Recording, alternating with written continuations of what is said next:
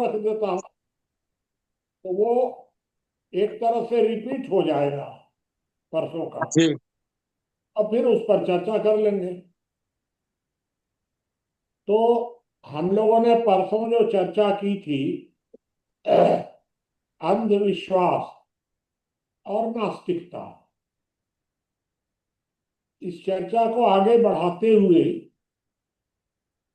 हम लोग दो प्रकार के लोग होते हैं। एक को कहते हैं मोटिवेटर और एक को कहते हैं मोटिवेटेड। एक को कहते हैं बुद्धि प्रधान, एक को कहते हैं भावना प्रधान। बुद्धि प्रधान लोग हमेशा मोटिवेटर होते हैं और भावना प्रधान लोग जितने होते हैं सब मोटिवेटेड होते हैं। एक तो ये अंतर मैं आपको बताया। दूसरी बात ये विचार करिए, एक को हम कहते हैं संस्कार, एक को कहते हैं हम विचार। विचारों में तर्क होता है, संस्कारों में श्रद्धा होती है।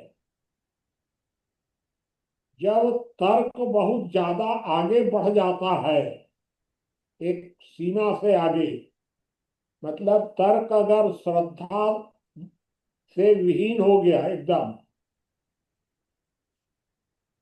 तब वह तर्क या तो धूर्तता में बदल जाता है या उसी को हम लोग जो भी शब्द दे दें या उसको नास्तिकता में बदल देते हैं, हम कह देते हैं। तर्क जब एक सीमा से ज्यादा बढ़ जाता है, इसी तरह संस्कार, तो संस्कार जब सीमा से आगे बढ़ता है बहुत ज्यादा, तब वो फॉलो करने लग जाता है, सोचना समझना बंद उसका हो जाता है। अब यहां प्रश्न ये खड़ा होता है कि बुद्ध ने तर्क दिया, संस्कार छोड़ दिए।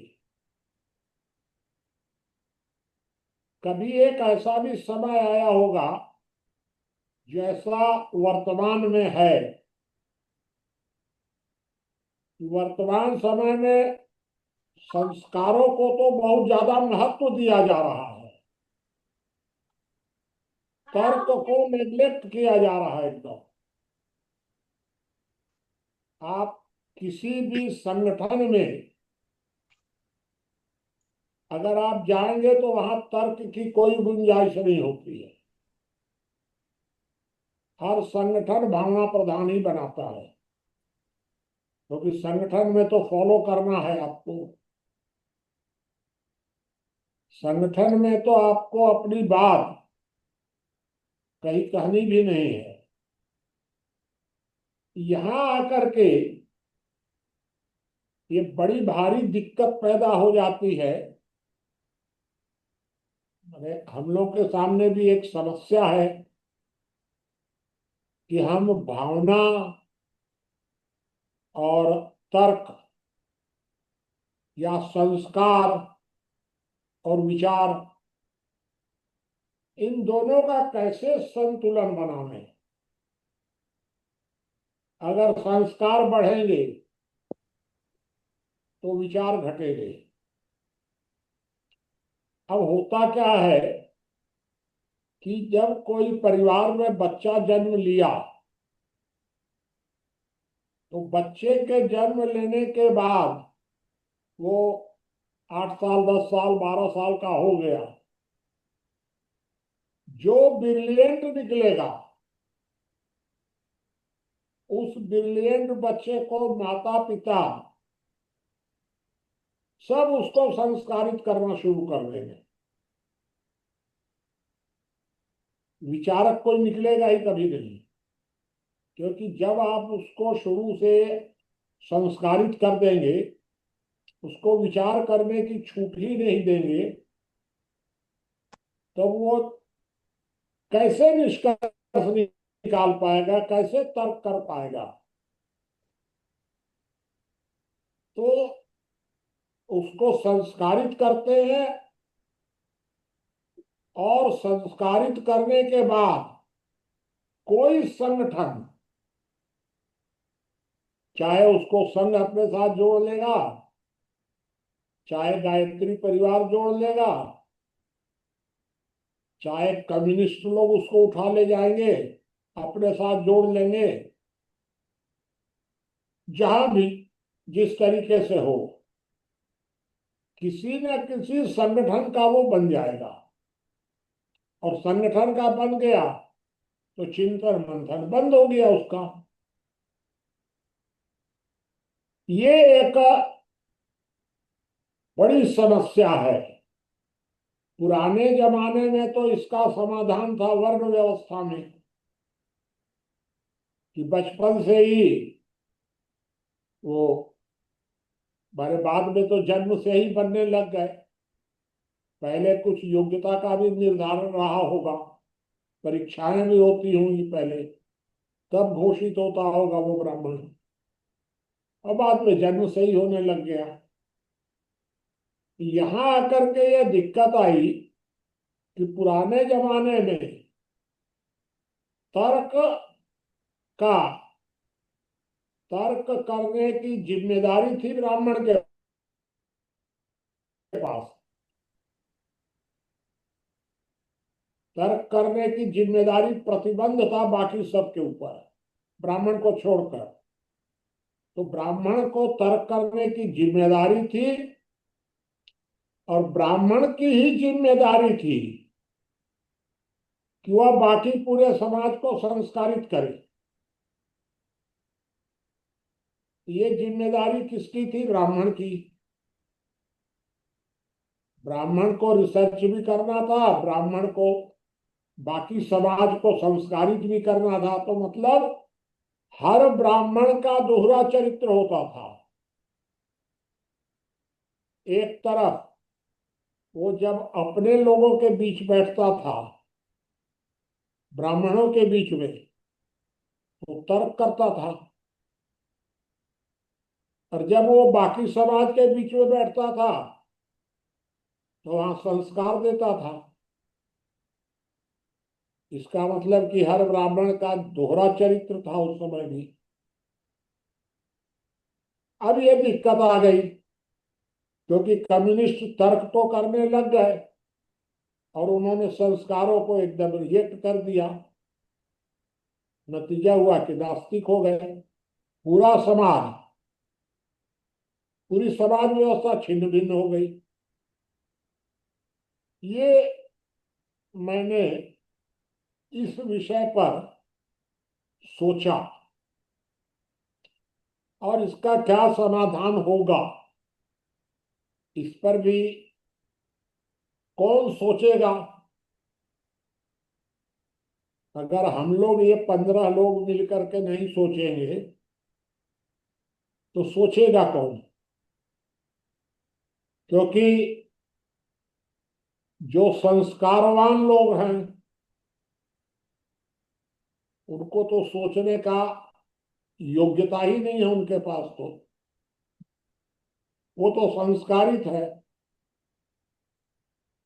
तो संस्कारित लोग सोच नहीं सकते, और जो विचारवान लोग हैं, तर्कयुक्त लोग हैं, उनकी उनको सोचना ही नहीं है, क्योंकि उन्होंने तो उसको धंधा बना लिया है अपना।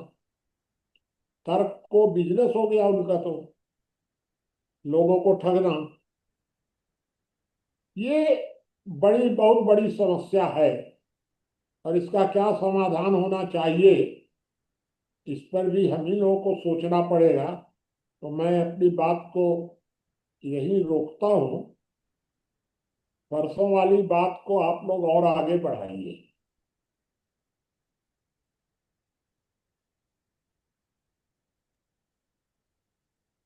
भाजी, मुझे लगता है कि दोनों ही परिस्थितियां खतरनाक है। आज से 50 साल पहले चले जाएं, 100 साल पहले चले जाएं, या 30-40 साल पहले चले जाएं, तो लोगों में अंधविश्वास और पाखंड ज्यादा था, नास्तिकता बहुत कम थी। वर्तमान में क्या है, लोगों में तार्किक क्षमता बढ़ रही है, अंधविश्वास और पाखंड भी धीरे धीरे कम हो रहा है, लेकिन लोगों में अब नास्तिकता बढ़ रही है। तो जब नास्तिकता बहुत कम थी और लोग आस्तिक थे और अंधविश्वासी थे, पाखंड थे, उस समय वह एक बड़ी समस्या थी। वर्तमान में क्या है कि नास्तिकता जो है वो एक बड़ी समस्या के रूप में दिखाई दे रहा है, क्योंकि अंधविश्वास लगातार घट रहा है, लोगों की तार्किक क्षमता बढ़ रही है। तो अब ये वास्तव में एक समस्या का रूप जो है लगातार लेता जा रहा है। लेकिन हम अंधविश्वास और पाखंड अगर दोनों में तुलनात्मक दृष्टिकोण से देखते हैं, तो दोनों में किसका अधिक वर्चस्व है और कौन अधिक तेजी से फैल रहा है, ये उस पर निर्भर करता है कौन कितना अधिक खतरनाक है। हो सकता है आज से 200 वर्ष पूर्व जो है वह नास्तिकता इतना समाज के लिए समस्या ना हो, क्योंकि उनकी संख्या बहुत कम होगी, और उस समय अंधविश्वास।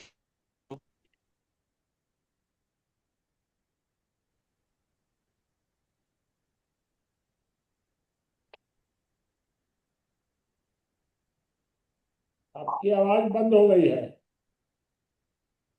अपने तक मनुष्य सीमित रह जाएगा, स्वार्थ भी निहित होगा। तो वहां पर जो है हमारी जो सामाजिक व्यवस्था है, अन्य सारी व्यवस्थाएं हैं, वो टूट जाती हैं।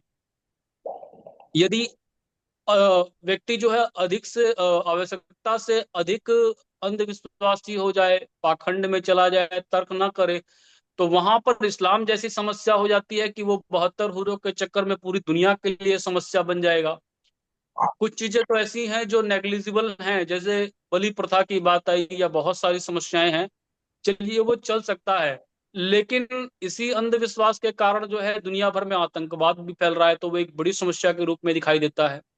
मुझे लगता है दोनों ही अपनी अपनी परिस्थितियों में एक बड़ी समस्या है, लेकिन वर्तमान में जिस तरह से एक्स मुस्लिम भी बन रहे हैं, जिस तरह से लोग तर्क कर रहे हैं, विचार कर रहे हैं, उस वर्तमान के परिदृश्य में देखा जाए तो नास्तिकता जो है वो अंधविश्वास और पाखंड की तुलना में अधिक घातक दिखाई देती है। जी।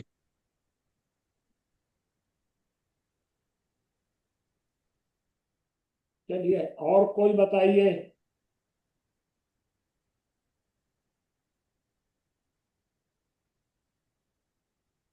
हाँ, नमो नमः। हाँ जी बताइए। बताइए। हाँ, धन्यवाद। अभी चर्चा हो रही थी संस्कार पर और वैचारिकता पर।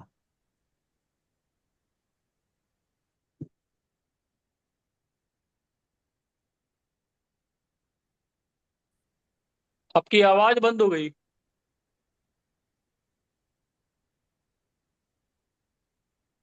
चलिए तब तक और कोई कुछ। है उस परिस्थिति के अनुसार विचार करता है, यह भी सत्य है। और जब व्यक्ति लोकप्रिय हो जाता है, उसके अंदर वैचारिकता कम हो जाती है।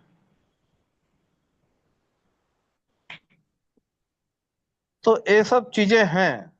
तो वैचारिकता बनाए रखने के लिए समय सही स्थिति की आकलन या चर्चा होनी चाहिए। और वैचारिकता लोगों में ठीक ठाक हो तो हमारे ख्याल से समस्याएं का अंत शीघ्र हो जाएगा या समस्याएं रहेंगी नहीं। और वैचारिकता के जो, हाँ, तो अब हम इस वैचारिकता पर ही चर्चा कर रहे हैं, एक मिनट। तो मूलतः व्यक्ति अपने स्वभाव के अनुसार विचार करता है। जैसा व्यक्ति का स्वभाव होता है वैसा ही विचार करता है। एक आदतन अपराधी जो है कि आपराधिक दृष्टिकोण से, अपने दृष्टिकोण से विचार करता है। एक सज्जन व्यक्ति अपने दृष्टिकोण से विचार करता है, विचार दोनों करते हैं। जो मादक पदार्थों का व्यसनी है और वासना में लीन है, इंद्रिय संयम से मतलब नहीं है, सिर्फ उपभोक्ता उपभोग ही उसकी जो है कि विचारधारा है, तो उस विचारधारा से चिंतन होता है।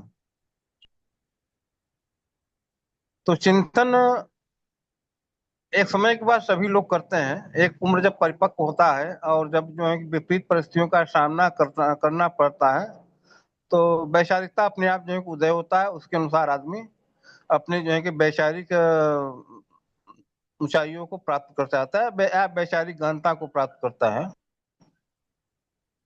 तो संस्कार जो है कि हमारे स्वभाव का निर्माण करते हैं। बिना संस्कार के द्वारा स्वभाव का निर्माण नहीं असंभव नहीं है। प्रत्येक बालक अपने जन्म से दो तीन चीजें ही जानता है: रोना, खाना और निपटना। तो मूलतः जो है कि जीव का यही स्वभाव है। आहार, निद्रा, भय, मैथुन जो है कि उसकी मूल प्रकृति है। तो वह जो है कि शरीर के भाव पर ही जो है कि या शरीर के इर्द गिर्द ही जो है कि उसका विचार न रह जाए, आपने जो है कि इंद्रिय तुष्टि का ही विचार न रह जाए, इसके लिए संस्कार दिया जाता है। संस्कार से वो धीरे धीरे परिपक्व हो तो एक स्वभाव बनता है, उत्तम स्वभाव। जो उत्तम स्वभाव का व्यक्ति जो बनता है तो उसकी वैचारिकता जो है कि उत्तम चीजों पे चलती है, सही क्षेत्रों में जाती है।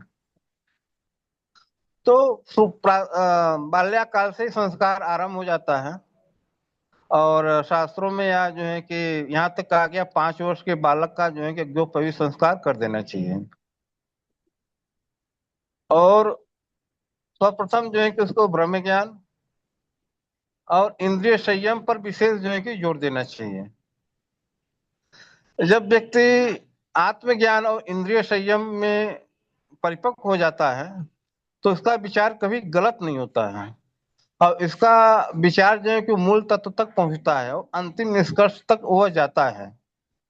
वह नहीं, आप ये सत्य तो को मुझे समझता है, बता सत्य दी। को स्थापित करता है। आप आप एक बात को क्लियर करिए कि संस्कार और विचार, हम्म। ये दोनों मैंने जो कहा है, हाँ हाँ संस्कार जो है वो मोटिवेटेड तैयार करता है, फॉलो करने वाला। हाँ तो विचार मोटिवेटर तैयार करता है। हाँ हाँ तो संस्कार और विचार, हाँ हाँ, संस्कार विचार। हाँ, ये दोनों को कैसे तालमेल कैसे बैठेगा, क्या करना चाहिए इसके लिए हाँ हाँ कि व्यक्ति बहुत ज्यादा संस्कारित भी ना हो जाए हाँ। और तो बहुत ज्यादा अति और तार्किक भी ना हो जाए। हाँ, कहने में, बताइए। हाँ वो समझ रहा हूँ मैं बात मेरे यहाँ संज्ञान में, मेरे ध्यान में है कि अनावश्यक जो है कि तरह तरह के संस्कारों का बोझ डाल करके आदमी को दबा दिया जाता है, यह भी ठीक नहीं है। लेकिन यहाँ तात्पर्य है, उसमें यह भी कहा गया है गीता में, शास्त्रों में, जो ब्रह्म ज्ञान से संपन्न है उसके लिए आहार करना, सोना, निद्रा सब उपासना हो जाता है। यानी कि उसमें उसके कर्मों में कोई दोष नहीं रह जाता है, वो चाहे कोई भी कर्म करे वो स्वतंत्र होता है। तो कहने मतलब जब व्यक्ति आत्मज्ञान से और इंद्रिय संयम में पूर्ण होता है तो वह कहीं भी किसी भी दिशा के लिए वो स्वतंत्र कर दिया जाता है। यानी कि यह हमारे शास्त्रों में क्या है कि उस व्यक्ति को स्वतंत्र कर देना चाहिए। वह चाहे चलिए, उसके ठीक है। कर्मों को उचित अब अनुचित ठीक दृष्टि है। से नहीं अब देखना चाहिए। देखिए, आज आज का ये पूरा विषय तो है नहीं, हाँ विषय तो बाद में आएगा। इस पर आप हाँ शॉर्ट पे अपनी बात रख कर रख दीजिए। हाँ। तो यहाँ जो तो विषय जहाँ था जो कि, टाइम, हाँ ठीक है, दो इकाइयों के ठीक बीच की है। विवाद को जो स्थिति होती है, उचित अनुचित का निर्णय जो न्याय होता है, तो ये तो यही तो न्याय है। तो अनेन विचारतम इत न्याय, न्याय शास्त्र कहता है यही जो है कि जो कि अनेकों प्रकार के जो है कि उपापोह चिंतन है, उसको जो है निराकरण करते हुए वास्तविक सत्य को प्रकाशित कर देना ही न्याय है। तो उसमें वास्तविक सत्य प्रकाशित करने का मतलब कि उचित क्या है, अनुचित क्या है, यह इसका निर्णय तक होना चाहिए। लेकिन ठीक है। यह कितने समय में होना चाहिए? यदि यह जो है कि समस्या उचित या अनुचित का निर्णय करने में पूरी जीवन बीत जाता है तो उसके उचित अनुचित निर्णय का कोई तात्पर्य नहीं हो जाता है, तो उसको न्याय नहीं कहा जाएगा। समय पर जो है, जब जहां हमको जिस समय में हमें उस उचित अनुचित का ज्ञान हो जाना चाहिए उस समय में यदि नहीं होया तो उचित अनुचित का ज्ञान का कोई मतलब नहीं है। तो उसी तरह न्याय है जो उचित समय पर ही नहीं होता तो न्याय का कोई तात्पर्य नहीं हो जाता है। ठीक है। और यह भी इस जो कोटेशन का हम तीसरा कोटेशन समझ रहे हैं, तो इसमें जो है कि न्याय प्राप्त करना प्रत्येक व्यक्ति का व्यक्तिगत वो अधिकार वो है। वो चर्चा बाद में होगी। हाँ अभी तो हम लोग आज आधे घंटे की जो चर्चा कर रहे हैं वो परसों वाले विषय पर कर रहे हैं। हाँ हाँ हाँ, थोड़ा वो आवाज आप फिर साफ बाद नहीं, में बोलिएगा। थोड़ा सा आवाज साफ नहीं आ रहा है। हाँ, परसों वाली बात पर रखिए। दरअसल हाँ परसों बात पूरी नहीं हो पाई थी मंगला प्रसाद जी। तो हाँ हाँ। हाँ, परसों वाली विषय को हम लोग पूरा कर रहे हैं। आज के विषय पर अपना वक्तव्य आप थोड़ी देर बाद रखिएगा। अभी विषय अच्छा ब्रजेश जी रखेंगे, उसके बाद। अच्छा असल अच्छा में अच्छा। मंगला प्रसाद जी जो है वो देर से जुड़े हैं, हाँ, इसीलिए हो गया, तो इसलिए मैंने वो कंफ्यूज हो गए। अच्छा अच्छा अच्छा। यहाँ कल का विषय जो आखंड पाखंड अंधविश्वास पाखंड नास्तिकता का था। उस पर वो आप अच्छा आधे हाँ घंटे बस था। हाँ हाँ, समझ रहे हैं समझ रहे हैं। ठीक अब है। आज का ठीक है। विषय अब आएगा। आज का तो विषय हम हाँ समझ रहे हैं। तो इसमें हम अपना मत रख रहे हैं। तो हमने कल भी बताया था कि वस्तुतः उपासना के दो दृष्टिकोण होते हैं, एक कुवृत्ति उपासना, एक सद्वृत्ति उपासना। मंगला ठीक है। जो जो कामनाओं से युक्त उपासना करता है, चाहे तंत्र उपासना हो, विविध उपासना हो, तो वह जो है कि पाखंड अंधविश्वास तरफ जाता है।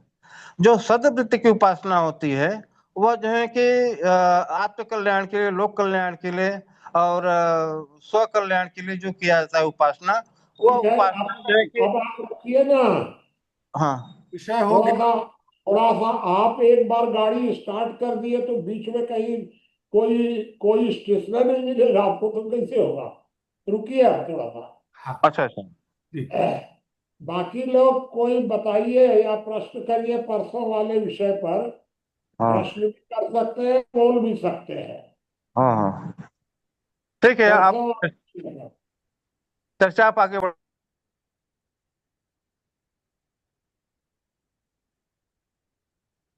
बाबा एक प्रश्न है। हाँ, बताइए। प्रश्न है विश्वास और श्रद्धा, इन दोनों में जैसे विश्वास है, माने हमें बताया कि बेटा ये तुम्हारे पिताजी हैं, हमने मान लिया क्योंकि हमारा माँ के प्रति विश्वास है। श्रद्धा, हम मंदिर में जाते हैं, हमारी श्रद्धा है, तो ये कि मूर्ति में प्राण होते हैं, बस ये मान लिया हमने, ये अंधविश्वास है या श्रद्धा। तो इनमें डिफरेंस क्या है, क्या अंतर है?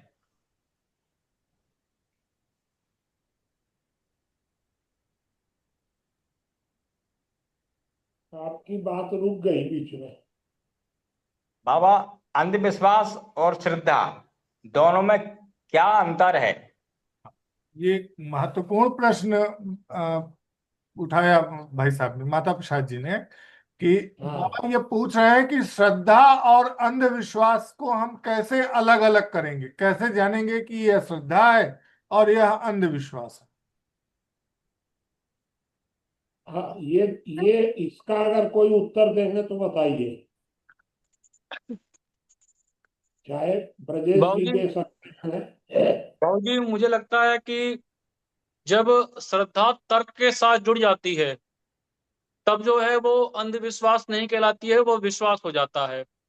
और जब श्रद्धा आंख बंद करके होती है तब वो अंधविश्वास या अंधश्रद्धा की ओर बढ़ जाता है। तो यानी एक तर्क तर्क संगत श्रद्धा है, और एक तर्क के बिना श्रद्धा है। ये दोनों में अंतर कर सकते हैं हम लोग।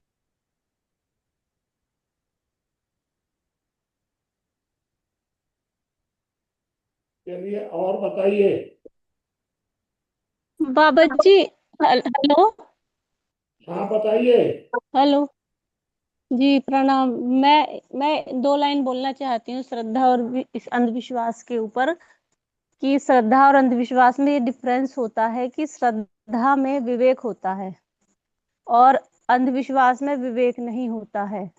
श्रद्धा में लक्ष्य होता है, हम जिसके प्रति श्रद्धा रखते हैं उसका सम्मान करना, उसे प्राप्त करना, उसके प्रति जिम्मेदारी हम उठाते हैं, चाहे हम उसका सम्मान करें, चाहे हम उसकी रक्षा करें। और जो अंधविश्वास होता है उसका कोई लक्ष्य नहीं होता, सब लोग कर रहे हैं तो हम भी कर रहे हैं, सब लोग इस परंपरा को मान रहे हैं तो हम भी मान रहे हैं। देखा देखी होना एक अंधविश्वास होता है।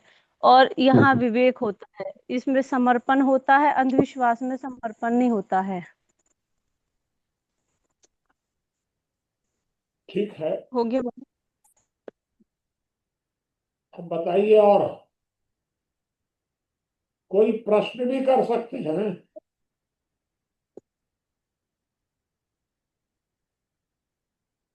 मतलब देखिए, सीधी सी बात है कि हम लोग संस्कार और विचार,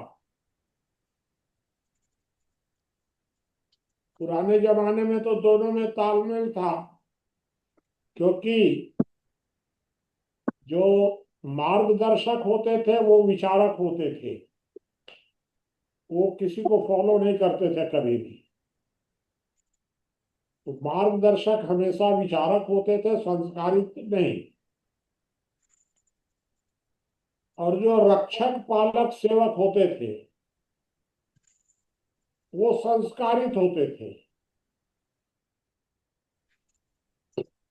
अब ये दोनों उस पुराने जमाने में तो था, संस्कार और विचार दोनों की जिम्मेदारियां अलग अलग थी।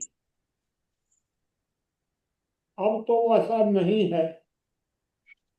अब संस्कार और विचार, तो जब संस्कार और विचार दोनों गड्ढमड्ढ हो गया तो वर्तमान समय में क्या उपाय हम कर सकते हैं? तो कोई उपाय तो हम लोगों को सोचना पड़ेगा। आज सुनील देव जी रहते तो शायद कुछ बता पाते, क्योंकि उन्होंने ही विषय रखा था परसों। कुछ ज्ञानेंद्र जी को कहना हो तो बताइए। ऐसे गर्दन हिलाने से कैसे चलेगा? चलिए।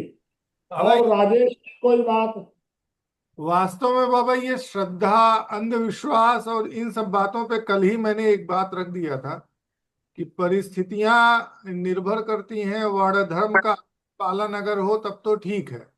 जब वर्ण धर्म का पालन ही नहीं हो रहा है, वर्तमान परिस्थितियों में सब गड्ढमड्ढ है। जो ब्राह्मण प्रवृत्ति का व्यक्ति है, समाज उसके साथ शूद्र जैसा व्यवहार कर रहा है। और जो शूद्र वर्ण का व्यक्ति है, शूद्र स्वभाव प्रवृत्ति के आधार पर शूद्र व्यक्ति है, और अगर किसी अच्छी जगह पहुंच गया है, मतलब आरक्षण के दम पर, तो उसके साथ ब्राह्मणों जैसा व्यवहार हो रहा है। वर्ण धर्म का जब तक पालन ठीक से होगा नहीं, तब तक ये श्रद्धा, आस्तिकता, नास्तिकता और पाखंड, ये सभी विषय आपस में इतना गुत्थम गुत्था हो गए हैं कि कुछ भी इस पर सोच पाना बड़ा कठिन दिखता है।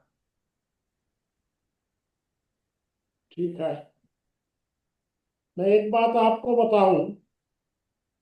जो व्यक्ति खुद परिस्थितियों को देखकर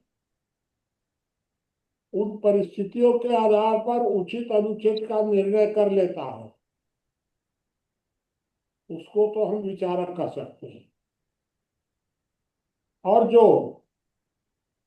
स्वयं उचित अनुचित का निर्णय नहीं कर पाता, किसी शास्त्र में खोजता है, हाँ।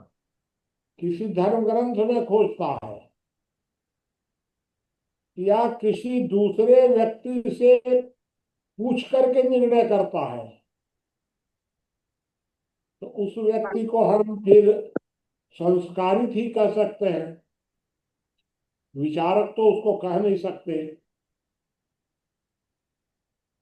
दिक्कत ये आई कि शास्त्रों का निर्माण ही रुक गया। अब शास्त्रार्थ होने लग गए। शास्त्रार्थ का मतलब क्या था? जैसे आज अभी प्रारंभ में ही हम लोग चर्चा कर रहे थे कि अब वर्तमान में संविधान का केवल अर्थ हो रहा है। ये तो हो नहीं रहा है कि संविधान में क्या गड़बड़ है, क्या सही है, इस पर कोई चर्चा नहीं हो रही है। संविधान का केवल अर्थ वो लोग निकाल रहे हैं अपने हिसाब से, इस शब्द का क्या अर्थ है। तो जिस तरह हम लोग आंख बंद करके संविधान को फॉलो करने लग गए, संविधान में अब संशोधन ही नहीं होगा जल्दी, उसी तरह से कहीं न कहीं शास्त्रों को आंख बंद करके फॉलो किया गया। तो जब भाई शास्त्र जब लिखे गए तो किस परिस्थिति में लिखे गए, किस सामाजिक स्थिति में लिखे गए, वो परिस्थितियां और स्थितियां अलग थी। आज अगर उसकी वो परिस्थिति बदली है, तो अगर परिस्थिति बदली है तो उसकी भाषा भी बदलेगी, उसका अर्थ भी बदलेगा, शब्द भी बदलेंगे। ये मैं ये कहना चाहता हूं आज की चर्चा में। तो शास्त्रों पर चर्चा होनी चाहिए, और शास्त्रार्थ में शास्त्रों पर चर्चा तो हुई ही नहीं कभी।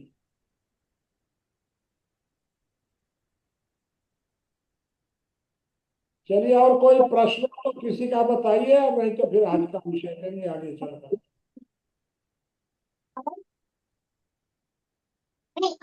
कोई कल श्रीकांत जी भी परसों बोल रहे थे। हाँ, बताइए, मदन जी को कुछ कहना है क्या? देखिए, बाबा उनका माइक। कोई बात अगर साधना जी को पूछनी हो, क्योंकि विषय तो उन्हीं का है ये।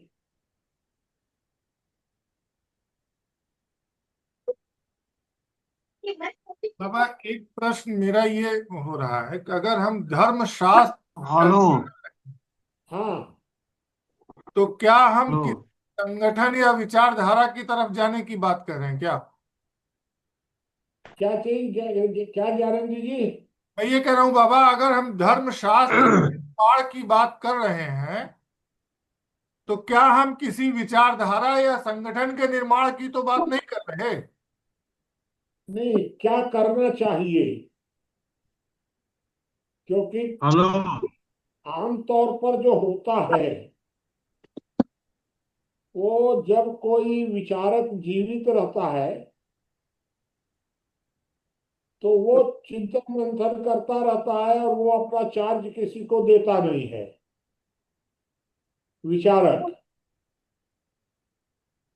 और उसके मरने के बाद उसके विचारों को आंख बंद करके फॉलो किया जाता है। एक बात आप गंभीरता से सोचिएगा कि गांधी एक विचारक थे, गांधी ने किसी को फॉलो नहीं किया। स्वामी दयानंद ने फॉलो नहीं किया किसी का, सबको पढ़ा, और सबको पढ़ा करके पढ़ने के बाद जो खुद ठीक लगा वो उन्होंने प्रस्तुत कर दिया। ये तो विचारक थे। अब हम लोग क्या करने लग गए कि हम लोग उनको फॉलो करने लग गए, क्योंकि हम लोगों ने संगठन बना लिया उनके नाम पर। अब उनके विचारों में कोई संशोधन ही नहीं हो सकता है। यही हुआ मोहम्मद का, या जिनका भी हुआ, सबका यही हुआ। यही गायत्री परिवार का भी हो रहा है। श्री राम शर्मा ने सब सबको पढ़ लिख करके एक मार्ग दिया। अब उस पर उसको फॉलो हो रहा है, ये दिक्कत है।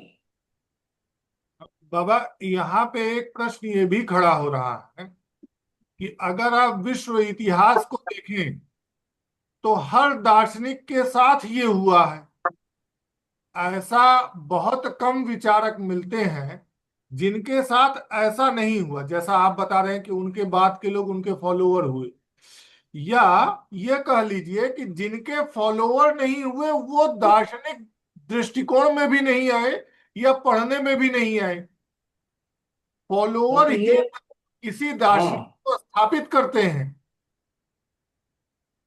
नहीं तो एक बात ये है ना विचार करने की कि यह बात है जो आप कह रहे हैं, इसका समाधान कौन सोचेगा? तो भाई ये तो है जो आप कह रहे हैं, इसलिए कोई ना कोई ऐसा सिस्टम विकसित होना चाहिए समाज में कि यह स्थिति भविष्य में ना पैदा हो। अर्थात स्वतंत्र चिंतन की धारा हमेशा चलती रहे, स्वतंत्र चिंतन की। जैसे आपको ये बतावें कि करीब 20 साल पहले, या 20 साल, हाँ 20 साल करीब नहीं, 15 साल पहले हम लोगों ने चिंता करके एक रामवीर जी को एक जिम्मा दिया था कि कोई एक ऐसा बचपन से तैयार करिए जो मेरा फॉलोअर ना हो और वह स्वतंत्र चिंतन करे, ऐसा तैयार करिए। उन्होंने भी कुछ कोशिश की, चलिए जो भी हुआ। लास्ट में जब कोई इस तरह का नहीं खोजा जा सका बालक, क्योंकि बड़े लोग जो हैं वो तो पहले से संस्कारित हैं, बच्चों में कोई मिले तब तब मैंने ज्ञानेंद्र जी को जिम्मा लगाया कि आप अपने स्कूल के बच्चों से शुरू करिए। फिर अभी मैंने एक हफ्ते पहले प्रमोद जी से कहा कि आप भी अपने स्कूल के बच्चों से शुरू करिए स्वतंत्र चिंतन। अब दिक्कत ये आती है कि माता पिता चाहते हैं कि बच्चे संस्कारित हों, और हम लोग उनको एक संदेश दे रहे हैं कि भाई संस्कार के साथ साथ विचार, स्वतंत्र विचार भी होना चाहिए इसके अंदर। ये ये समस्या है।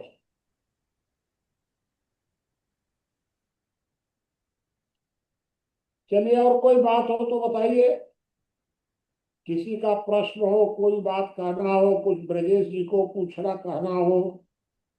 श्रीकांत जी कुछ कहना चाह रहे थे। हेलो। हाँ जी बताइए मोहन बताइए। बाबू।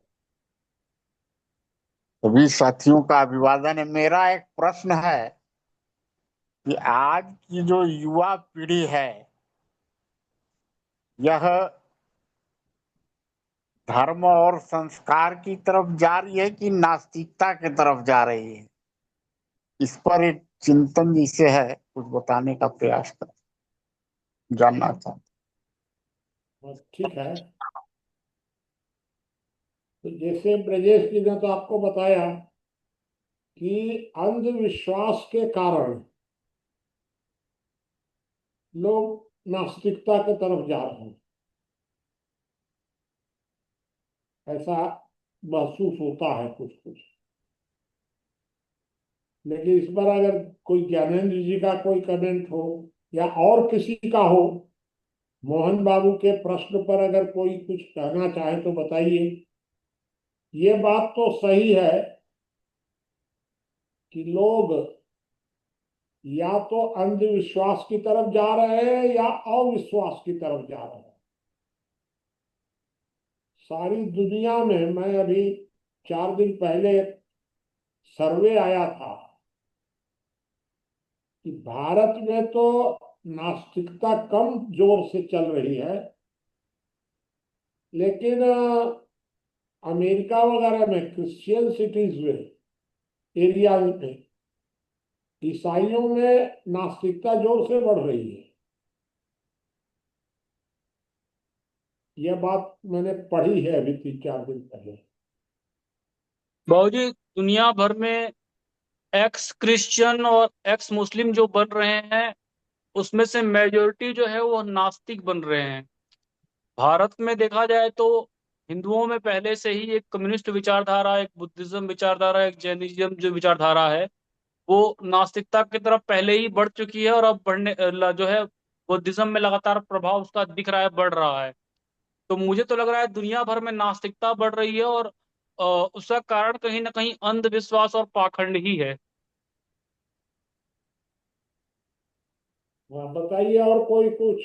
मेरा एक विचार है, मैं सोच जो मेरे ध्यान में आता है कि आज की जो युवा पीढ़ी है, ये सुख सुविधा और भौतिकता का तो आनंद बहुत ज्यादा उठाना चाहते हैं, लेकिन उनके सामने समस्या जो है वो बिना पैसा के या वर्क का नहीं हो सकता है, और ये चीज इनको मिल नहीं पा रहा है, जिससे कि इनके अंतर्द्वंद और झुंझलाहट जो है युवा पीढ़ी में हमको लगता है कि काफी बढ़ रहा है, जिसके चलते ये समाज, परिवार सबको छोड़ करके और नास्तिकता के तरफ कुछ जो है तो आगे बढ़ रहे हैं, ऐसा हमको ध्यान में आता है। बाकी नहीं सब। विपुल जी कुछ कहना चाह रहे हैं।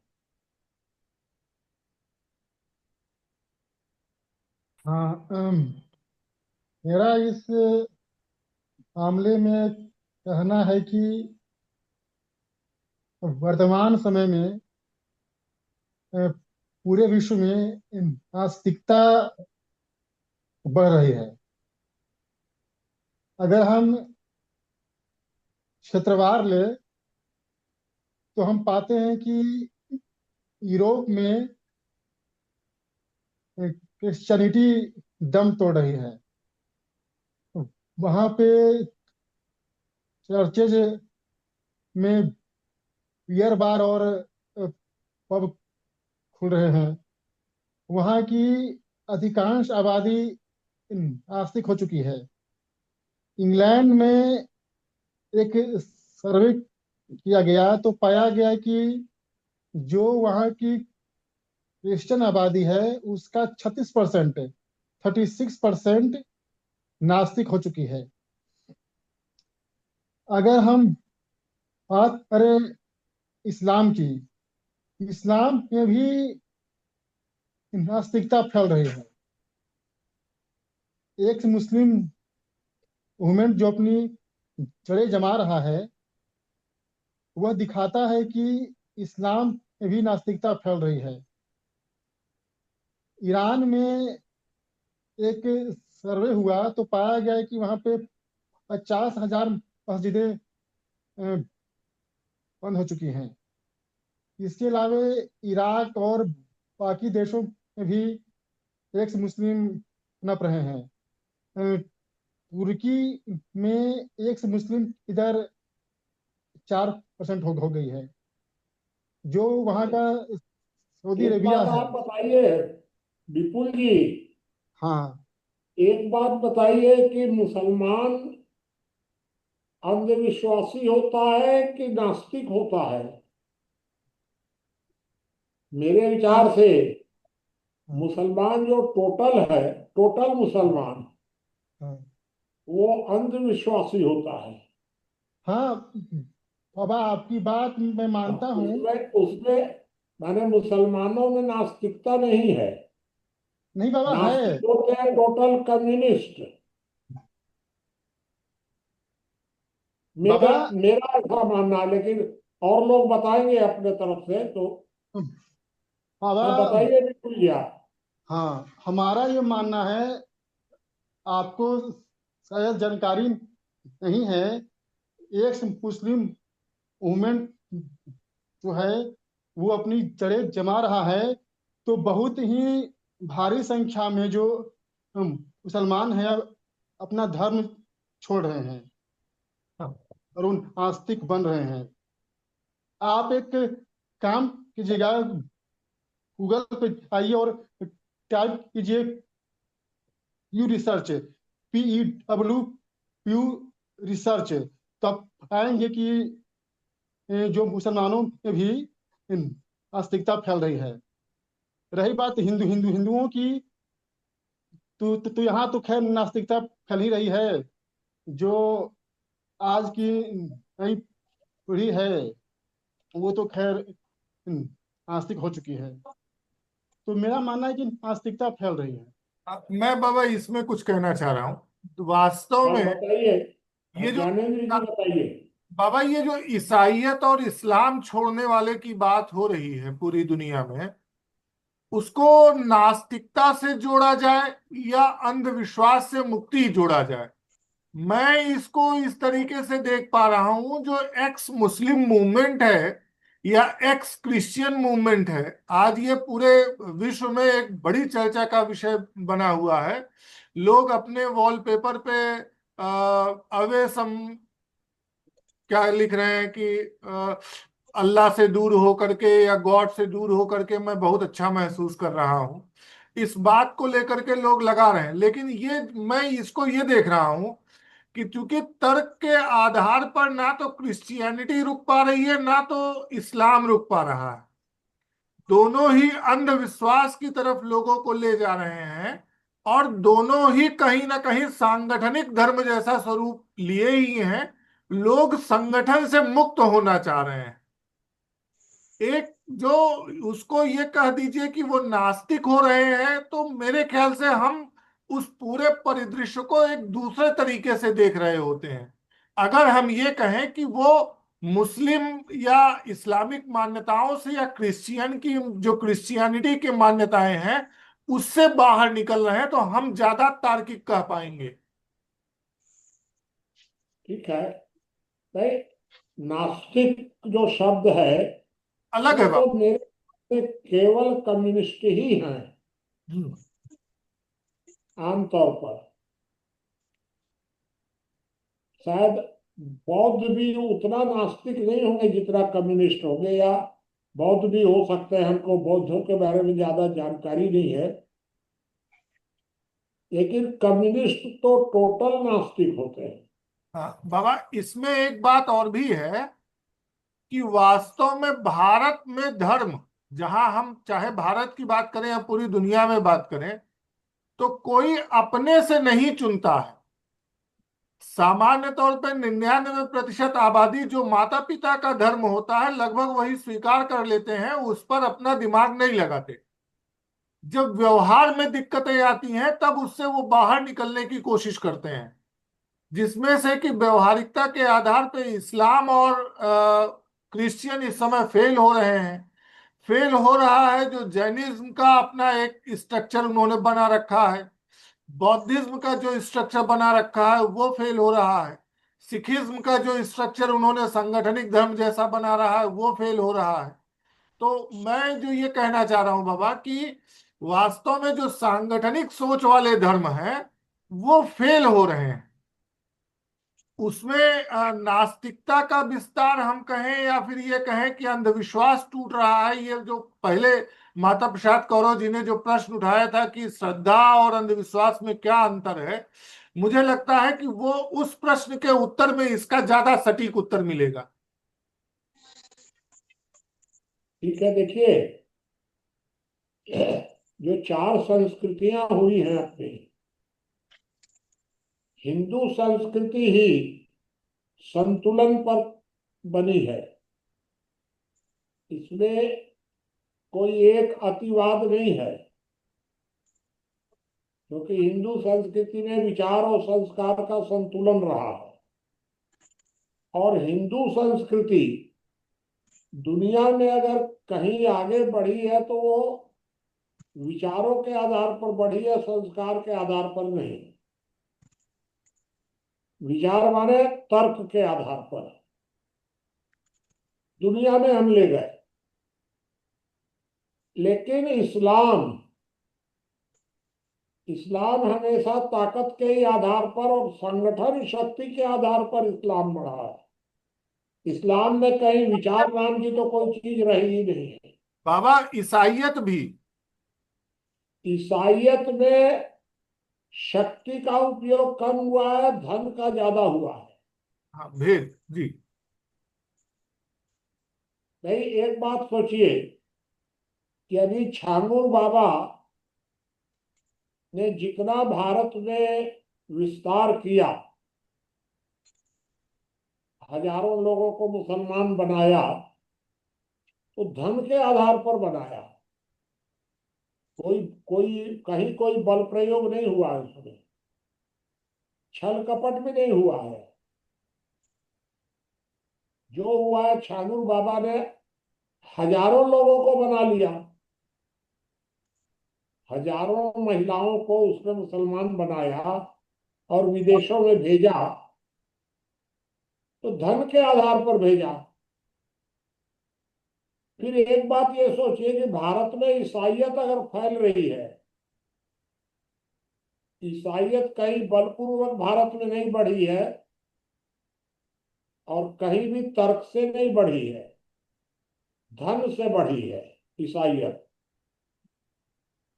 एक प्रश्न ये भी पैदा होता है कि क्या हमारे भारत के या हिंदुओं के पास इतना धन का अभाव है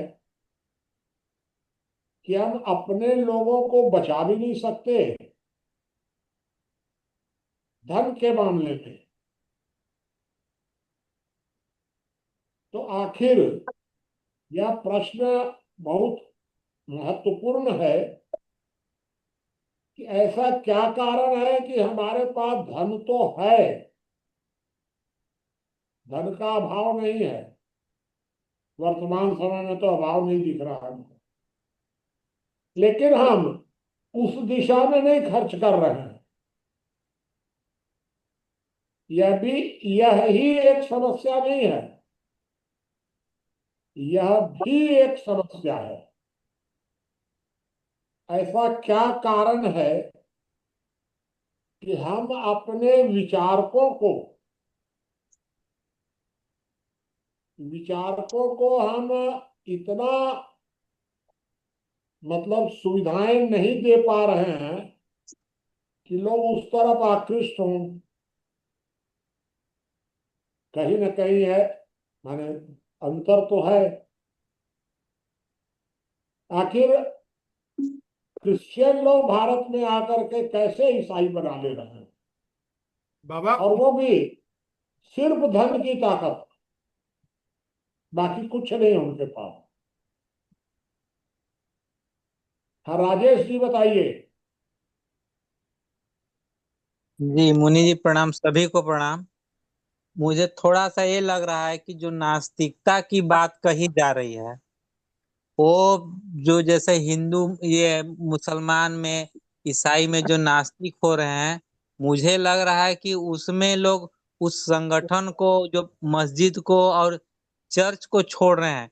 नहीं तो वो कर्म को ही हो सकता है कि पूजा समझ रहे हो, वो अच्छे से कर्म कर रहे हो। क्योंकि धर्म जो संगठन प्रधान धर्म है, इस धर्म के आधार पर ही तो बहुत सारे युद्ध हुए, बहुत सारे लोग मारे जा रहे हैं। उन लोग समझदार हो रहे हैं कि इस आधार पर उनका जीवन सुखी नहीं हो सकता। वो कर्म को ही अपना पूजा समझ के, व्यापार को ही, नौकरी को ही अपना पूजा समझ के या खेती के काम को ही कर रहे हैं। और ये उनका नासमझी नहीं है, उनकी नास्तिकता नहीं है, बल्कि वो एक समझदारी के रास्ते पर निकल रहे हैं इसी को पूजा समझ के। मुझे कुछ ऐसा लग रहा है।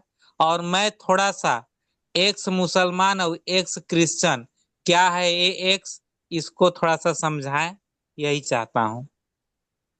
मैं थोड़ा सा आर्थिक मामले वाले पे बाबा के मैं कुछ कहना चाह रहा था। विजय जी बोलूं? जी बताइए। देखिए एक बात यह है कि जो बचपन में जैसा मैंने देखा है, जब हमारे यहाँ हमारे यहाँ एक ब्रह्मचारी बाबा थे, अब तो नहीं है, जब मैं बहुत छोटा था तब थे। ब्रह्मचारी बाबा जब घर आते थे तो पिताजी तुरंत ही उनके लिए खटिया उटिया तुरंत ठीक से बिछाते थे, गद्दा रखते थे। और हम सब लोगों को उस दिन एक निर्देश होता था कि दुकान में जाएं और 5 रुपए 10 रुपए वहां माता जी या बड़े भैया या पिताजी खुद बैठे रहते थे, वो हाथ में देते थे और उस पैसे का यही इतना उपयोग होता था कि ब्रह्मचारी बाबा आए हैं या फिर एक तारकेश्वर बाबा आते थे उनके यहाँ, या और भी तमाम लोग, रामबोध पंडित जी आते थे, तो इन लोगों का हम लोग पैर छूते थे, वो पैसा रखते थे, प्रणाम करते थे और चले आते। और ये परंपरा लगभग मेरे पूरे गांव में थी, और मैंने ये महसूस किया कि मैं जब तक हाई स्कूल तक रहा, लगभग आप ये कह लीजिए 90-94 तक, तब तक ये परंपरा मुझे गांव में दिखी है थोड़ा थोड़ा, और उसके बाद वो एकदम से खत्म हो गई। अच्छा, ये मुझे लगता है ये वही पीरियड है जिस समय ये एथीस्ट मूवमेंट जिसको कह सकते हैं कि नास्तिकता वाला मूवमेंट जो है, वो बहुत तेजी से आगे बढ़ा। आर्य समाज ने भी तर्क दे दे करके इन लोगों को पोंगा पंडित और तमाम तरह के उपाधियों से नवाजा कि जो है इनका पेट नहीं पोस्ट बॉक्स है, इस तरह के तमाम तार्किक प्रश्न आर्य समाज ने भी उठाए। उसने भी इनके प्रति यानी कि ब्राह्मणों के प्रति संदेह का बीजारोपण किया व्यक्ति के अंदर, और कुछ तो गड़बड़ियां आई है, चूंकि जिसका न सम्मान होता है सबसे ज्यादा धोखा भी उसी के नाम पे दिया जा सकता है, तो धोखा भी उन्हीं के नाम पे दिया गया। रावण भी आखिर आया तो साधु का ही वेश बन करके।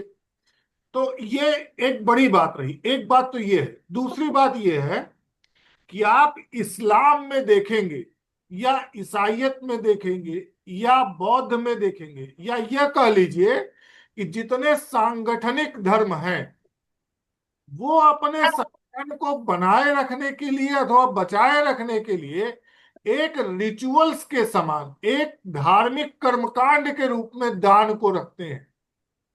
जैसे जकात, जकात को देखा जाए तो वो एक टैक्स सिस्टम है, पूरी तरह से टैक्स सिस्टम है, लेकिन इस्लाम उसको एक रिचुअल्स के तरीके, एक धार्मिक मान्यता के रूप में स्थापित करता है। ठीक ऐसे ही यहूदियों में कोशर है। यहूदी भी कोशर का इस्तेमाल एक धार्मिक रिचुअल के रूप में करते हैं, ना कि टैक्स कलेक्शन सिस्टम के नाम पे। तो भारत में जो टैक्स कलेक्शन सिस्टम के नाम पे नहीं था, चूंकि हम व्यक्तिगत स्वतंत्रता को ज्यादा महत्व देते थे, वर्ण धर्म को ज्यादा महत्व देते थे। पिताजी कहते थे हम गृहस्थ हैं, ये हमारी जिम्मेदारी है कि हमको सबको सेवा करनी है, हम सबको कुछ ना कुछ देना ही है। हमारे द्वार पे जो आया उसको खाली अगर गया तो हमारे पास अपनी दरिद्रता छोड़ जाएगा, तो वह व्यक्ति कम से कम हमारे पास अपनी दरिद्रता ना छोड़े, इसलिए उसको कुछ ना कुछ दे करके भेजो। और यह दे करके भेजना ही बाद में तार्किकता के आधार पे इतना समाज को गुमराह कर दिया गया कि जो वास्तविक चरित्र थे, जो वास्तविक ब्राह्मण थे, वह भी दरकिनार कर दिए गए।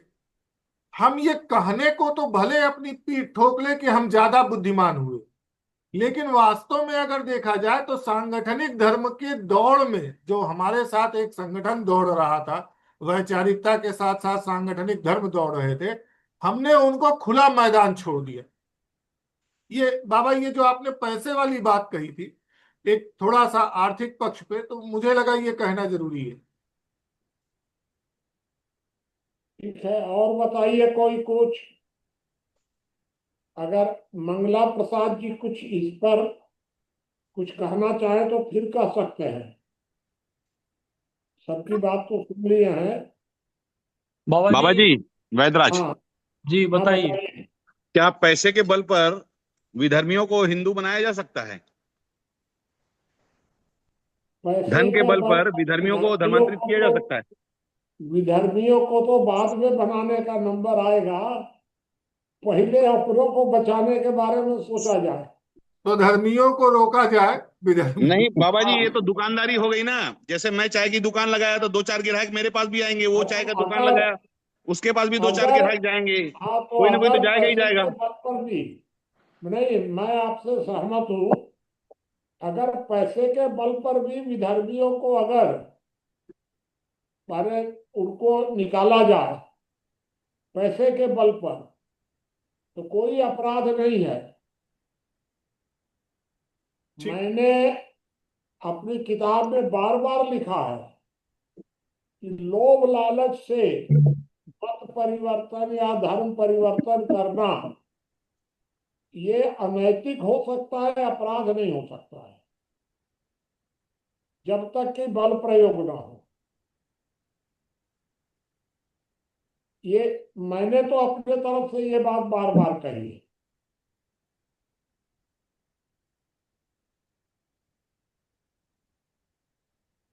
भाई आप एक बात सोचिए कि अगर कोई यहाँ पर एक हॉस्पिटल खोल दिया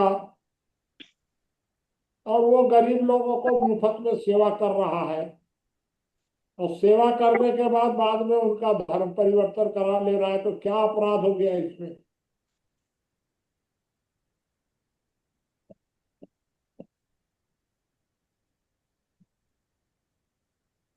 आदर्शवाद ने हमारा बड़ा नुकसान किया है बाबा। हाँ, तो ठीक बात है, यही बात तो मैं भी कह रहा हूं कि उच्च आदर्श के नाम पर। हाँ बताइए, मदन जी कुछ कहना चाह रहे थे आप? हाँ मुनि जी, मैं कहना चाह रहा कि हम स्वतंत्र भारत में हमारे जो कई भारत के प्रांत हैं, केरल है, कर्नाटक है, मणिपुर है, वो मतलब एक एक प्रांत और है, ये इनका ईसाईकरण हो गया है। मतलब मुसलमान तो जबरन जबरदस्ती धर्म परिवर्तित कराते हैं तलवारों के बल पे। अपने कार्यकाल में भी जब मुगलों का शासन था तब भी तलवारों के बल पर इन्होंने मतलब हिंदुओं को मुसलमान बनाया। लेकिन ईसाइयों ने अपने शासन काल में, और जब वो चले गए, अब भारत स्वतंत्र है, तो धन के लालच से ही गरीब जो आदिवासी लोग हैं उनको शिक्षा के क्षेत्र में दवाइयाँ निःशुल्क देना, हर तरह से मदद, मतलब प्रलोभन देकर गरीब जनता को ये ईसाई बनाते हैं, और ये सफल भी हो रहे हैं भारत में। लेकिन हमारा जो हिंदू है वो हिंदुओं के पास पैसा भी होगा, फिर भी उस कार्य में वो दूसरे लोगों को लालच देकर गरीबों को अपने में सम्मिलित नहीं करेंगे। लेकिन ईसाई लोग धन के बल पर, सेवा भाव के बल पर, मतलब आदिवासी लोगों को और गरीब हिंदू जनता के लिए वो मतलब ईसाई बना रहे हैं, और सफल भी हो रहे हैं।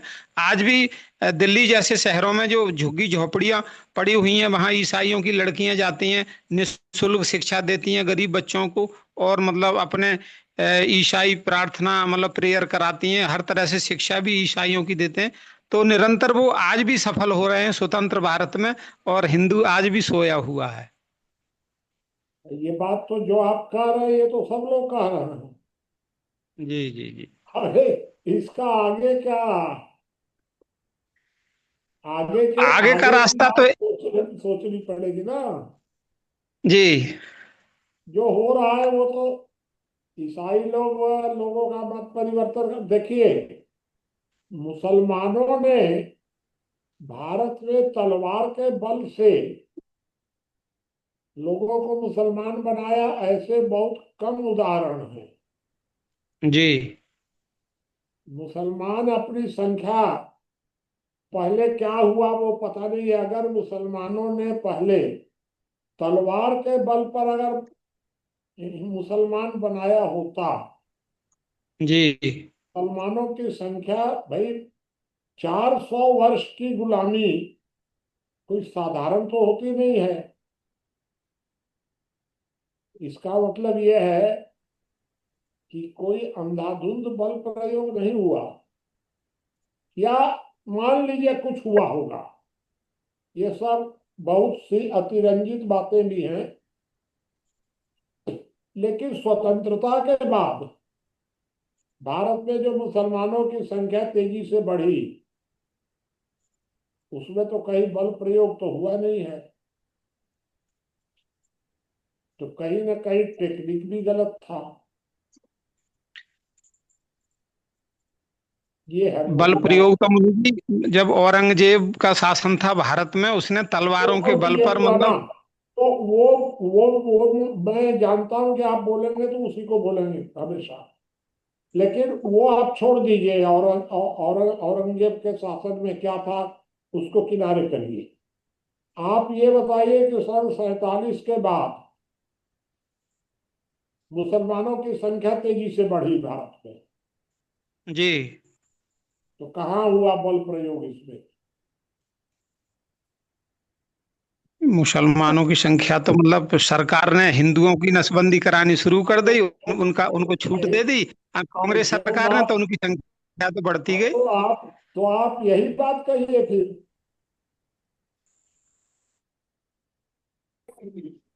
ये बात सही है कि दुनिया में मुसलमानों ने बल प्रयोग किया,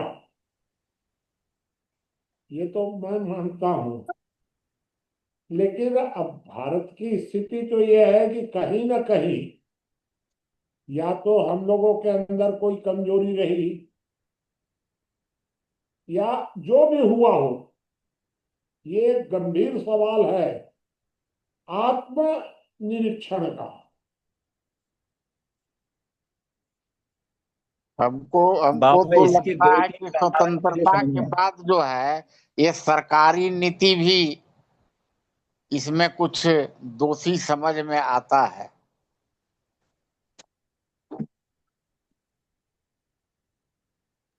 माता प्रसाद आपकी आवाज बंद हो गई।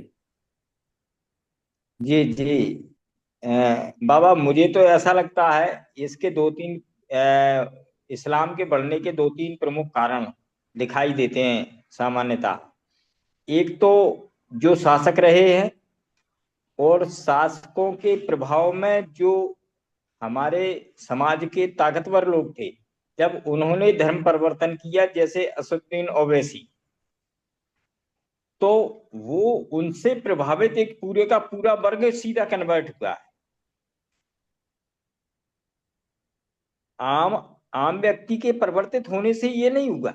ज्यादा तो जब 400 साल तक उनका शासन रहा तो कुछ स्वार्थ सिद्धि वाले हमारे समाज के ऐसे नेता थे या अग्रणी व्यक्ति थे जो अपने निजी हित को साधने के लिए उनके साथ कन्वर्ट हो गए तो उनसे संबंधित एक बहुत बड़ा वर्ग सीधा सीधा इस्लाम को कबूल कर लिया।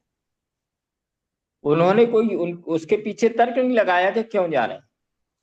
उसके स्वतंत्रता के बाद फिर हमारे जो सत्ता आई लोकतंत्र, इसमें भी हमारा जो नेतृत्व था वो कहीं ना कहीं इस्लामिक या कम्युनिस्ट विचारधारा से प्रभावित था और अपनी विचारधारा को आगे बढ़ाने में उन्हें अपना हित दिखा कि ये इस्लाम को मजबूती रहेगी, ये संगठन ठीक ठाक चलेगा तो हमारा वोट बैंक बना रहेगा, इसलिए भी उन्होंने इसका पोषण किया और अपनी राजनीति में अब लेने का उन्होंने पूरा प्रबंध किया।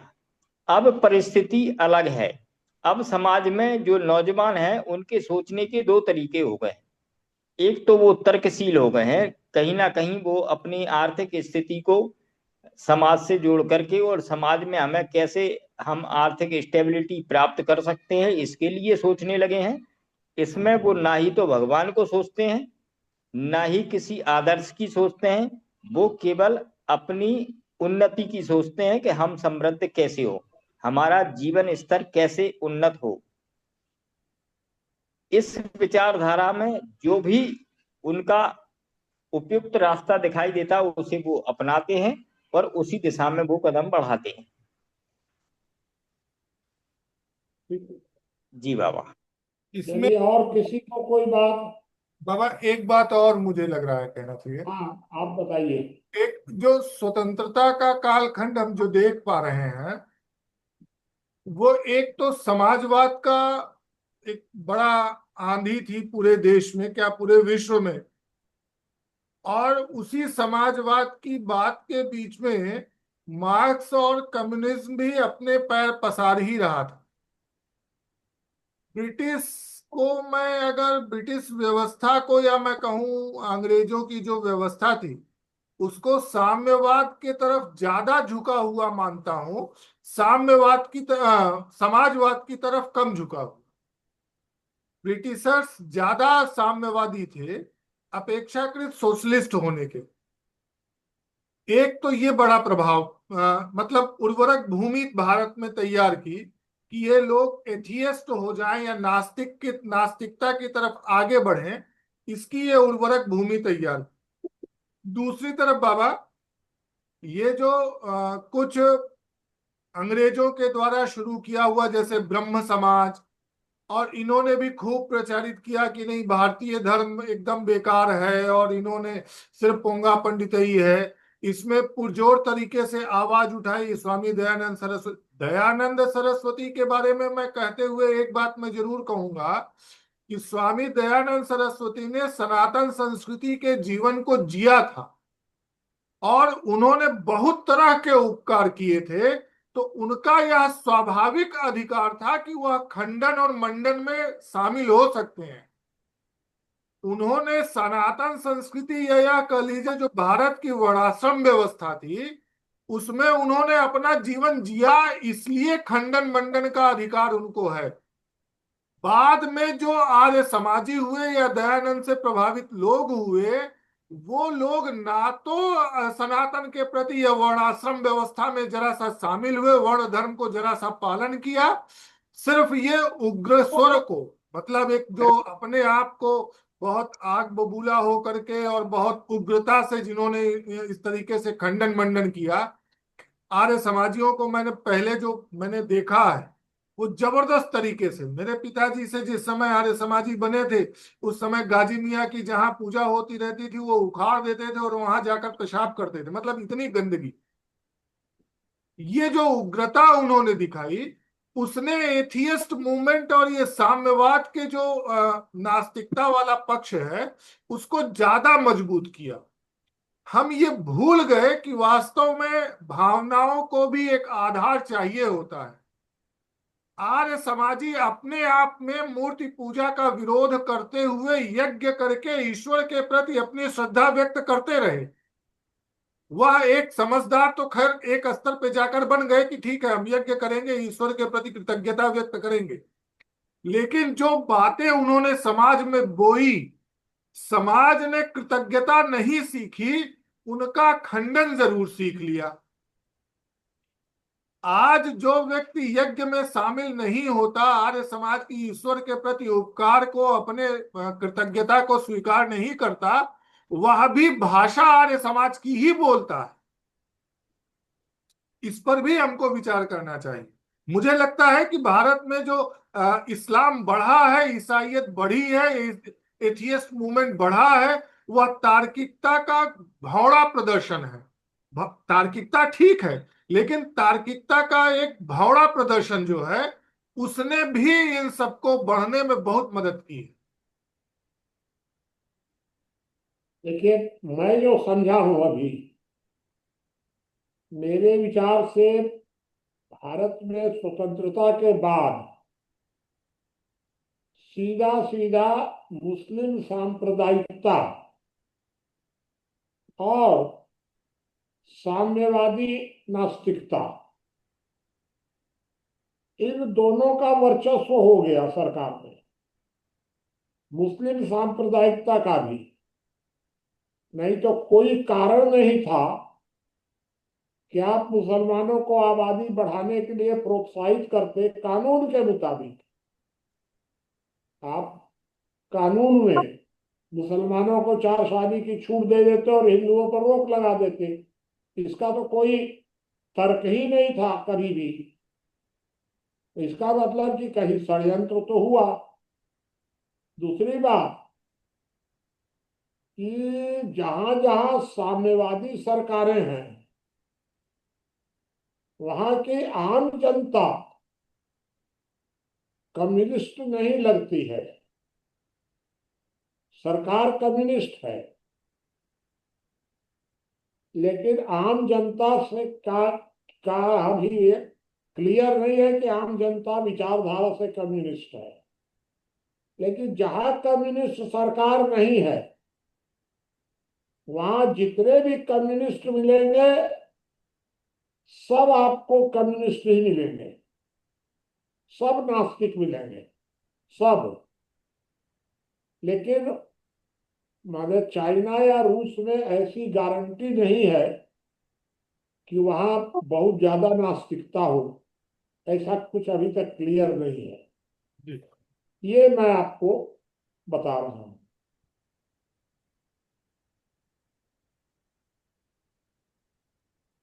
मेरा कोई बात और हो तो बताइए। विपुल जी क्या कहना है आपको? बाबू जी, मैं ये कहना चाह रहा था, 16th सेंचुरी में जो है वो कोपरनिकस ने और गैलीलियो ने बाइबल के विरुद्ध जा करके बातें कही, और 16वीं सदी से लेकर के 400 साल, लगभग लगभग 450 500 वर्ष लग गए उनकी बातों को स्वीकार करने में। और लगभग लगभग 300 वर्ष के बाद उन्होंने ये मान लिया कि जो बाइबल में लिखा हुआ है वो गलत है। उसके बाद भी बाइबल के जो फॉलोवर्स हैं वो 400-500 वर्षों तक बने रहे, यानी उनकी मान्यता रही। तो अगर 400 वर्ष सिर्फ इस बात में लग जा रहा है कि वो गलत सिद्ध होने के बाद भी जो है लोग उसको छोड़ने में लगा दे रहे हैं, तो मुझे लगता है कि अभी जो एक्स क्रिश्चियन जो मूवमेंट चल रहा है, ये नास्तिकता की एक प्रथम नींव खड़ी हो रही है। ये वैसा है कि एक बच्चा है, उस बच्चे ने अभी लंगड़ा करके चलना या लड़खड़ा कर चलना शुरू किया है, लेकिन ये जब बच्चा आगे तेज दौड़ना शुरू करेगा तो ये कम्युनिस्ट विचारधारा की तरफ चला जाएगा या पूर्ण नास्तिक हो जाएगा। मैं इस तरह से देखता हूं कि 400 वर्ष इन्हें इस चीज में लग गए हैं। अगर हम मुसलमानों में देखते हैं तो मुसलमानों में जो आज एक्स मुस्लिम बन रहे हैं वो काफी खुलकर बोलते हैं, लेकिन ऐसे तो मुसलमान लाखों होंगे जो बोलना चाहते होंगे। उनको डर भी रहता है जान का कि कहीं हम बोलना ना शुरू कर दे और हमारी जान चली जाए। तो अगर वो इस स्तर पर आकर के, अब भले ही वो कुछ लोग निकल रहे हैं कि बोलने की हिम्मत कर पा रहे हैं, तो इसका मतलब ये वो परेशान तो थे उस व्यवस्था से। और दूसरी बात, कुरान और बाइबल जो है वह तर्क संगत नहीं हुई। जिसको जो तर्क संगत नहीं हुई, वहां उनके सामने एक समस्या और खड़ी हो गई कि जब उन्हें विज्ञान में कोई शोध करना रहता है और उनके खुद के वैज्ञानिक हैं, वह वैज्ञानिक जब गणना करते हैं तो अपनी गणनाओं से देखते हैं पुस्तक को, तो पुस्तक गलत सिद्ध हो जाती है। वहीं जितने भी वैज्ञानिक शोध कर रहे हैं वो अभी तक भी वेदों में या वेद संबंध शास्त्रों में कुछ ऐसा नहीं ढूंढ पाए हैं जो कि विज्ञान के विरुद्ध हो। इसीलिए जब हिंदू बनेगा तो वो वैचारिक धरातल पर ही बन सकता है, वो धन के बल पर नहीं बनाया जा सकता। धन के बल पर बनेगा तो फिर वह गुण आधारित हिंदू नहीं होगा, फिर तो वो पहचान प्रधान हिंदू हो गया। और पहचान प्रधान हिंदुओं की स्थिति भी मुसलमान और ईसाइयों के समान ही है। अर्थात जिन्हें हम हिंदू कह रहे हैं उन हिंदुओं में भी 1% हिंदू हैं, बाकी तो सारे के सारे वो या तो क्रिश्चियन हो चुके हैं, मोमडन हो चुके हैं, या तो नास्तिक हो चुके हैं। ठीक है, कुछ सुनील देव जी भी कोई बात अगर कहना चाहेंगे, मदन जी का बताइए कोई बात। बहादुर सिंह जी, मदन जी, सुनील देव जी, हमारा और इसमें, अगर किसी को भी है, विपुल जी कुछ कहना है तो बताइए। हाँ, हमारा इसमें ये कहना है कि आज़ादी के बाद जो हमारी व्यवस्था बनी वह कहीं न कहीं हिंदू विरोधी ही थी। जो व्यवस्था आज की है, जो संविधान है या जो हमारी व्यवस्था है, वह अगर हम उसको गहराई से देखें तो वो कहीं ना कहीं हिंदू विरोधी रही है। यही कारण है कि आज़ादी के बाद जो हमारा धर्म है वो कमजोर हुआ है। वहीं वह जो ईसाइयत है या इस्लाम है, वो उसकी ओर उसका झुकाव रहा है। तो मेरा मानना है कि हम हमारी व्यवस्था ही इसके लिए जिम्मेदार है।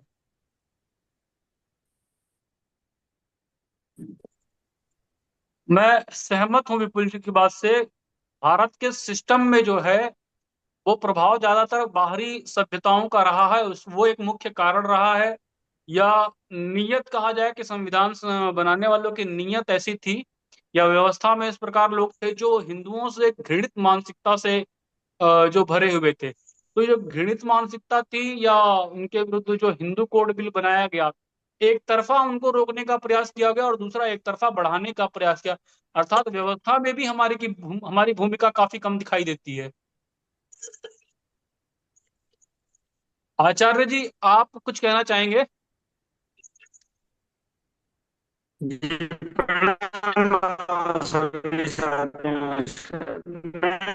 सुन नहीं पाया। आपका नेटवर्क नहीं चल, आवाज नहीं आ रही आपकी आपकी। जो थोड़ी वैदिक चर्चा सुनी थी, उस पर एक बात कहना चाहूंगा। ठीक है, और किसी को कुछ कहना हो तो बताइए, नहीं तो समाप्त करेंगे अब हम। हुआ सर।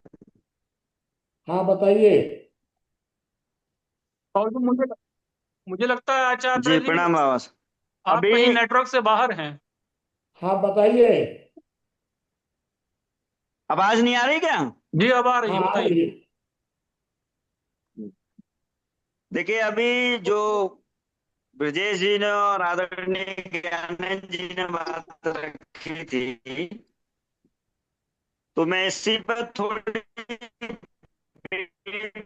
की चर्चा आपकी एक आवाज मिनट नहीं आ रही की आचार्य जी। नहीं है। देखिए हिंदू की जो स्थिति है ना, चर्चा के विषय में थोड़ी बात रखी आपकी थी। आवाज नहीं आ रही आचार्य जी। वेद ज्ञान जो है, तो आचार्य नेटवर्क प्रॉब्लम बाबा छोड़िए। आपकी आपके आवाज, नेटवर्क की प्रॉब्लम है। और किसी भाई को कुछ कहना है तो कहें।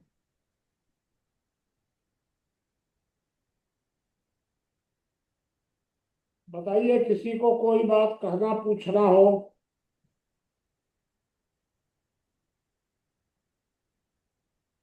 आज का जो विषय है वो तो कल रखेंगे हम लोग, जी क्योंकि आज का जो विषय था वो बहुत अरे गंभीर भी था, जटिल भी था, और इस पर चर्चा होनी चाहिए थी आज की। और इस पर बड़ी जल्दी कोई निष्कर्ष निकालना भी आसान नहीं है आपके साथ पास, कि आप कोई फटाफट कोई निष्कर्ष निकाल लेंगे, इतना आसान नहीं है। बाबूजी मुझे एक बात कहनी है। हाँ मुझे लगता है अगर व्यक्ति तार्किकता की तरफ जाएगा, तो तार्किकता की तरफ जाएगा तो उसके पास दो स्थितियां बनेंगी। या तो वो हिंदुत्व की तरफ चला जाएगा, जो वैचारिक स्तर पर मजबूत हैं या तार्किक हैं, या तो वह नास्तिकता की तरफ चला जाएगा। लेकिन तार्किक व्यक्ति कभी इस्लाम और ईसाइयत की तरफ नहीं जाएगा। वहां से निकलेगा तो उसके पास दो ही विकल्प है, या तो वो सनातन संस्कृति में आ जाएगा, या तो फिर वो साम्यवादी हो जाएगा। ठीक बात है। ये तो मेरा अनुभव है। मैं आपको एक एक आपको उदाहरण बता दूं, प्रत्यक्ष उदाहरण, कि हम लोग 3 मित्र थे। मैं, रोशनलाल, केशव चौबे, तीनों बैठ करके हम लोग तर्क करते थे हमेशा। तीनों तीनों ने तर्क करके 10 साल करीब करीब मेहनत किए होंगे हम लोग, 10-15 साल, 20 साल मान लीजिए। तीनों तर्क करके इस निष्कर्ष पर पहुंचे कि सारी समस्याओं का समाधान 5 बिंदुओं पर है। ये 5 बिंदु थे: अपराध नियंत्रण पहला, अपराध नियंत्रण की गारंटी, उसके बाद था लोक स्वराज्य, तीसरा था आर्थिक असमानता में कमी, चौथा था श्रम सम्मान वृद्धि, और पांचवा था कॉमन सिविल कोड। अब हम तीनों के बीच में ये बात छिड़ी कि इसको टॉप पर किसको रखा जाए, सबसे महत्वपूर्ण कौन सा है। मैंने कहा अपराध नियंत्रण, रोशनलाल जी ने कहा आर्थिक असमानता, चौबे जी ने कहा कॉमन सिविल कोड। अब तीनों में झगड़ा हो गया, और ये झगड़ा वर्षों चलता रहा। तो चौबे जी अभी जीवित है, चौबे जी भी जीवित है, रोशनलाल जी भी जीवित है, मैं तो हूँ ही। तो फिर चौबे जी ने कहा कि या तो आप कॉमन सिविल कोड को टॉप पर रखिए, नहीं तो मैं छोड़ देता हूँ। तो चौबे जी छोड़ के चले गए विश्व हिंदू परिषद में। हम लोग बचे 2 आदमी। इसमें तीसरे आके मिल गए आर.एन. सिंह। आर.एन. सिंह गांधीवादी। तो आर.एन. सिंह और फिर ठाकुर दास भंग वगैरह इन लोगों ने आकर के हम लोगों को समझाया, दोनों को, लोक स्वराज सबसे ऊपर होना चाहिए। तो आर.एन. सिंह ने कहा लोक स्वराज सबसे ऊपर। तो मैं आर.एन. सिंह से सहमत हो गया 93 में कि ठीक है, लोक स्वराज सबसे ऊपर, अपराध नियंत्रण सेकेंड। तो रोशन लाल जी ने कहा कि नहीं, आर्थिक असमानता और श्रम शोषण ये दोनों रहेगा टॉप पर, ये दो है, और आपका तो एक एक है सबका, तीनों। अंत में रोशन लाल जी हम लोगों को छोड़ दिए उस समय, और वो हो गए कम्युनिस्ट। रोशन लाल जी पूरा आरएसएस के, जड़ से आरएसएस वाले थे, पूरा परिवार। वर्तमान में उनका सारा परिवार संघ का है, और रोशन लाल जी के छोटे भाई संघ के जिला कार्यवाह या संभाग के कुछ है पदाधिकारी, कार्यवाह टाइप के, उनके छोटे भाई पूरा संघ के हैं सब। और रोशन लाल जी कम्युनिस्ट हो गए मेरे प्रभाव, मेरे तर्कों के आधार पर खाली। तो मैं हो गया कम्युनिस्ट विरोधी। अब धीरे धीरे गांधीवादी सब कम्युनिस्ट मिलने लग गए। ये हम लोगों के बीच में हुआ। ये मैं आपको बता दिया कि अगर तर्क बहुत ज्यादा आगे बढ़ेगा तो वह नास्तिकता की तरफ ले जाता है, लेकिन अगर अंधविश्वास आगे बढ़ा, अगर श्रद्धा भी आगे बढ़ेगी तो मूर्खता की तरफ ले जाएगी। यही दोनों के बीच में संतुलन कैसे बनाया जाए, यही तो आज का प्रश्न है सबसे बड़ा, कि श्रद्धा तर्क इन दोनों के बीच में कैसे संतुलन किया जाए। क्योंकि जहां आपने श्रद्धा घटाई और तर्क बढ़ाया तो खतरा हो जाता है। ये भी बड़ी भारी समस्या है। भाऊजी, मुझे लगता है कि जो हम लोग कहते हैं वैचारिक हिंदुत्व की प्रयोगशाला, यही इसका समाधान है। हाँ, ये तो है। यही तो मैं भी बताना चाह रहा हूं कि हम लोग जो सोच रहे हैं वैचारिक संतुलनवादी हिंदुत्व, मतलब हम लोग के अंदर में विचार और संस्कार, इन दोनों का संतुलन होना चाहिए। ये ये बहुत जरूरी है। बाबा जी, आप आमतौर पर संतुलन नहीं हो पाता है। हाँ बताइए, वैद्यराज जी क्या कह रहे हैं? मैं कह रहा था कि इस संस्कारित मार्ग पर चलना मतलब अंधविश्वास है, तो कुसंस्कार और संस्कार में तो फर्क करना पड़ेगा ना। हाँ, तो करना तो पड़ेगा। कुसंस्कारित मार्ग पर चल, ये हिंदू संस्कारित है कोई, संस्कार, तो वो समझो संतुलन मार्ग पर है। देखिए संस्कार जो होता है ना, हिंदू संस्कारित है, वो संतुलित मार्ग पर है, ऐसा नहीं माना जा सकता। हाँ, वो तो ठीक है, कुसंस्कार और सुसंस्कार। लेकिन आपने अगर सुसंस्कार भी कर दिया, खूब खूब आपने सुसंस्कारित कर दिया, तो वह समस्याएं पैदा नहीं करेगा। कभी भी सुसंस्कारित व्यक्ति समस्या पैदा नहीं करता है और समाधान भी नहीं करेगा। तो सुसंस्कारित न तो समाधान है और न समस्या है, कुसंस्कारित समस्या है। कुसंस्कारित, लेकिन जो जो वैचारिक धरातल वाले हैं, कम्युनिस्ट, कम्युनिस्ट हमेशा समस्या पैदा करेंगे, हमेशा। जो कम्युनिस्ट होगा वो किसी समस्या का समाधान नहीं करेगा फिर। ये एक बड़ी भारी समस्या है, लेकिन समस्या का समाधान भी करेगा तो संस्कारित व्यक्ति नहीं कर सकता है। समाधान करने वाला भी विचार प्रधान होना चाहिए, वही समस्याओं का समाधान कर सकेगा।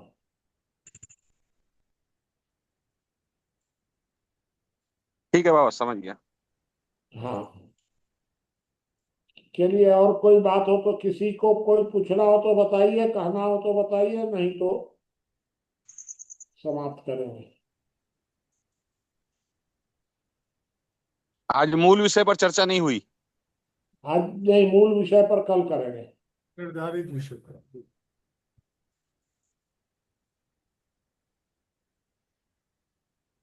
जी, चर्चा को समाप्त कर सकते हैं। हाँ, ठीक है बाबा।